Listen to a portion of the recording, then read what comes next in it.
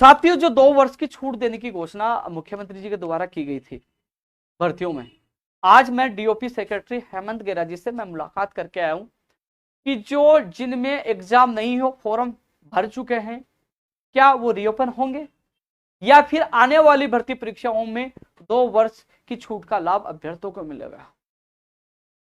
क्या जो भर्ती प्रक्रिया जो जिनके एग्जाम होनी, क्या उनके एग्जाम हो पाएगी या नहीं हो पाएगी, परीक्षा फॉर्म दोबारा भरे जाएंगे।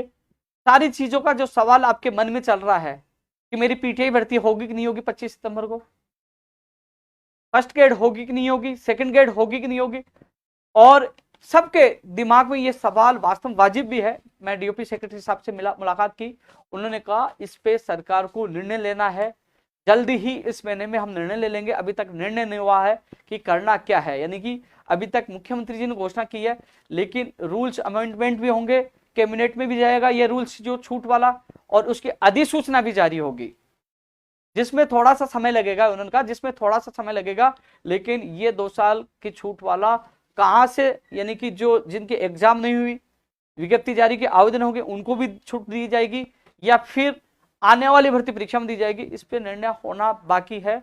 अभी संशय बना हुआ, मैंने ये कहा कि जल्द से जल्द इस पर निर्णय किया जाए। अभ्यर्थी बहुत ज्यादा परेशान है, कई महीनों से तैयारी कर रहे हैं। अब उन्होंने कहा कि जल्दी इस पर फैसला हो जाएगा, लेकिन यह स्थिति स्पष्ट उन्होंने नहीं की। लेकिन इस रूल्स अमेंडमेंट में थोड़ा समय लग सकता है, 15-20 दिन, महीना 1.5 महीना भी लग सकता है, और इसकी अधिसूचना जारी होने में जो लगभग आसपास की परीक्षाएं हैं अगस्त सितंबर में, वो एग्जाम हो सकती हैं, संभावना है वो एग्जाम हो सकती है, क्योंकि रूल्स में समय लगेगा। लेकिन और जैसे सीईटी की विज्ञप्ति जारी होनी थी, सीईटी की विज्ञप्ति इसलिए जारी नहीं हुई, उसमें जो योग्यता से संबंधित एक नियम संशोधन हो रहा है, योग्यता संबंधी नियम संशोधन और अधिसूचना जारी होगी, और ये 2 साल बाद, ये 2 वजह से भर्ती की विज्ञप्ति इस वीक में जारी होने वाली थी, इस कारण से रोक दी गई, उसमें भी समय लगेगा। हम तो मांग कर रहे हैं सरकार से कि सीईटी से सारी भर्तियों को बाहर कर दो, चाहे एलडीसी भर्ती हो, चाहे जूनियर अकाउंटेंट हो। सीईटी की वजह से ये भर्ती प्रक्रिया लेट हो, हम तो लगातार मांग कर अभी मांग करें बाहर कर दीजिए, इसकी वजह से आपको नियम संशोधन करने की आवश्यकता नहीं पड़ेगी, ये भर्ती और लेट होगी।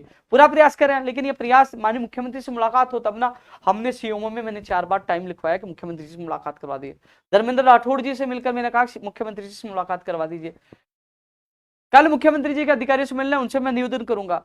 अब कोशिश करें, मैंने 2 बार ट्वीट किया, मुख्यमंत्री जी से मुलाकात हो तो मैं आपकी पीड़ा बता पाऊं कि इस वजह से भर्तियां लेट होंगी और ऐसा होना चाहिए, लेकिन मुलाकात नहीं हो पा रही, ना मंत्री सुन रहे, ना अधिकारी सुन रहे। इसीलिए तो हम गुजरात कूच कर रहे हैं, यहाँ धरना प्रदर्शन कर नहीं सकते। यहाँ केवल राजस्थान में कांग्रेस के नेताओं के पास खुली छूट है कि जब वो प्रदर्शन करेंगे तो 144 धारा हट जाएगी, और जो प्रदर्शन समाप्त तो 144 लग जाएगी। कांग्रेस का कल प्रदर्शन है महंगाई बेरोजगारी को लेकर, लेकिन वहां 144 धारा नहीं होगी, पुलिस प्रशासन पूरी हेल्प करेगा, और हम लोग जब आते हैं तो मुकदमे दर्ज लाठीचार्ज करते हैं।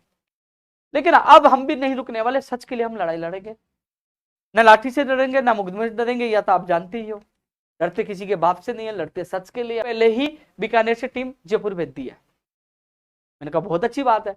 फिर हमारे सामने डिप्टी जो डायरेक्टर थे उनको कहा कि आप उनको फोन करिए जो बीकानेर से जयपुर गए, उनको कहिए कि जब तक सिलेबस का काम नहीं हो वो बीकानेर नहीं आए। हमारे सामने जो हम कम से कम 5-6 लोग हमारे डेलीगेशन पुलिस वाले वहां मौजूद थे।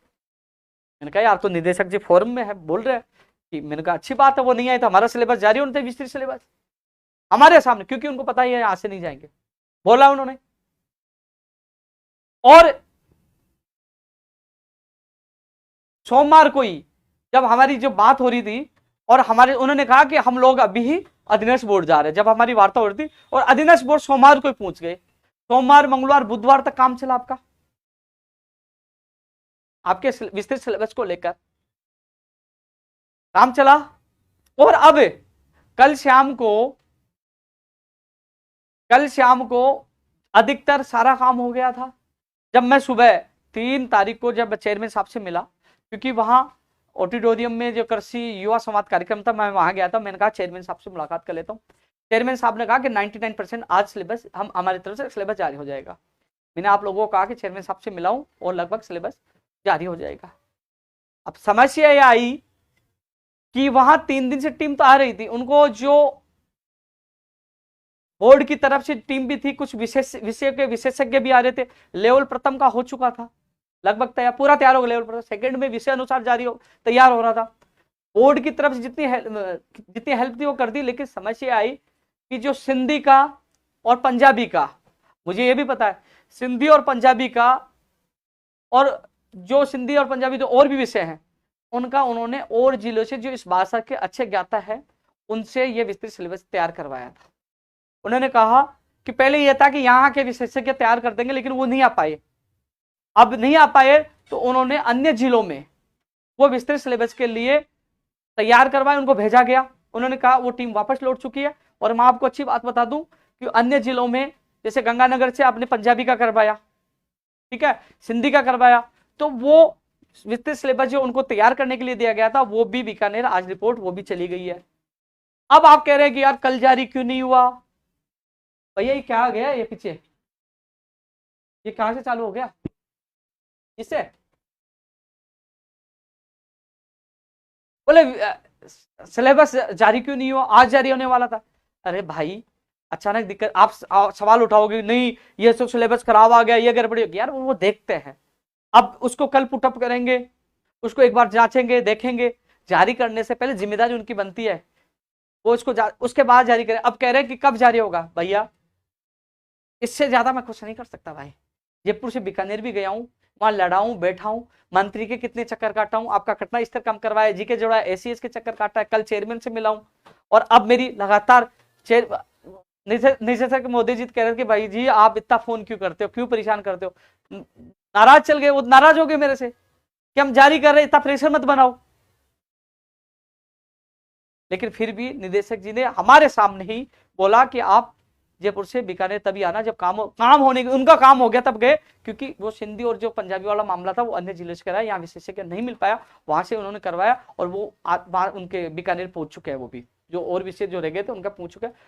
अब एक बार उसको जांचेंगे क्योंकि कोई भी गड़बड़ी ना हो, और फिर वो वहां से बीकानेर निदेशालय से आपके विस्तृत सिलेबस जारी होगा। अब कब जारी होगा भैया, अब 1-2 दिन मान लीजिए कल परसों में हो जाए, और कल परसों में नहीं है तो सोमवार मंगलवार तक। आपने इतने महीने इंतजार कर लिया, आप बताइए हम 1 तारीख को पूछे और 1 तारीख को हम जाके बैठ गए तो 1, 2, 3 और 4 दिन है ना, 4 दिन हुए ना, तो 4 दिन और लग जाए मान लो मैं आशा है कि कल मान लो जांच करके पुटअप हो गए तो 1-2 दिन में जारी कर दें, नहीं करे तो सोमवार मंगलवार बुधवार तक भी चले, अगले वीक तक भी चले जाए।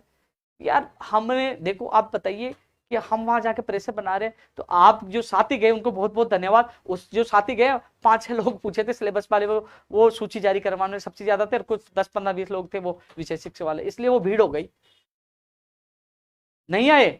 फिर भी प्राथमिकता मांग रखी और अब परिणाम मिलने वाले वो भी आप लोगों को संघर्ष। इतनी स्टोरी आप इसलिए बता रहा हूँ, कुछ सवाल उठाते कब आएगा कब आएगा, आपने कहा आ जाएगा, आपने कहा फिर क्यों नहीं आए। अरे भाई परिस्थितियां बदल गई, विशेषज्ञ नहीं मिला तो उन्होंने दूसरे जिले से बना दिया, 1 दिन लेट हो गया, 2 दिन लेट हो गया। आपने इतने महीने इंतजार किए, 2-4 दिन इंतजार नहीं कर सकते आप? कभी घर से निकल के चक्कर काटना मंत्री जी का, और कभी निदेशालय चक्कर काटना, और वहां एसीएस शिक्षा आप जाना मिलना, फिर पता चलेगा कि कहाँ कितनी देर खड़ा देना पड़ता है, मिलना पड़ता है, क्या क्या इंतजार करना, कितना भागना पड़ता, तब एहसास होगा।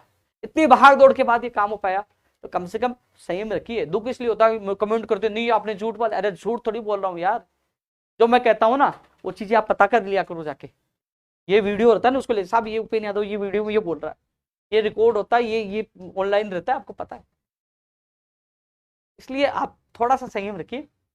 इस वीक में पूरी संभावना नहीं हो तो अगले वीक में, क्योंकि मान लो कोई अब उन्होंने तैयार किया है, जारी कर रहे हैं, तो शायद उसमें कुछ गड़बड़ी नहीं हो, कुछ गलतियां ना हो, तो वो जांच करवा रहे हैं, उसमें 1-2 दिन एक्स्ट्रा भी ले लेते हो, तो इसलिए भोखला अपनी हम मिलते हैं, लाठी हम खाते हैं, पूरा प्रेशर हम बनाते हैं। अब 1 लाख भर्तियों का वर्गीकरण हो, जल्द से जल्द विज्ञप्तियां जारी हो, उसका प्रेशर हम बना रहे हैं, लंबित भर्तियां पूरी हो उनका प्रेशर हम बना रहे हैं, हर चीज के लिए लड़ा प्रेशर बनता है। क्योंकि राजस्थान में पूरे देश में सबसे बड़ा संगठन है राजस्थान बेरोजगार एकीकृत महासंघ, जिसकी मिसाल पूरे देश में पेश की जाती है। एक ऐसा संगठन है राज्य से निकल दूसरे राज्य में लड़ाई लड़के जीत कर आता है। लखनऊ गए, और लखनऊ आज और बता दूं आपको, हम गुजरात जा रहे हैं और गुजरात वही मांगे शामिल की जाएगी। हालांकि मैं सारी मांगे साथ लेके चलता हूं, लेकिन प्राथमिकता उनको दी जाएगी जो गुजरात में हमारे साथ होंगे। क्योंकि गुजरात गए, मान लीजिए सरकार ने बुला लिया, मुख्यमंत्री ने बुला लिया, कई लोगों थे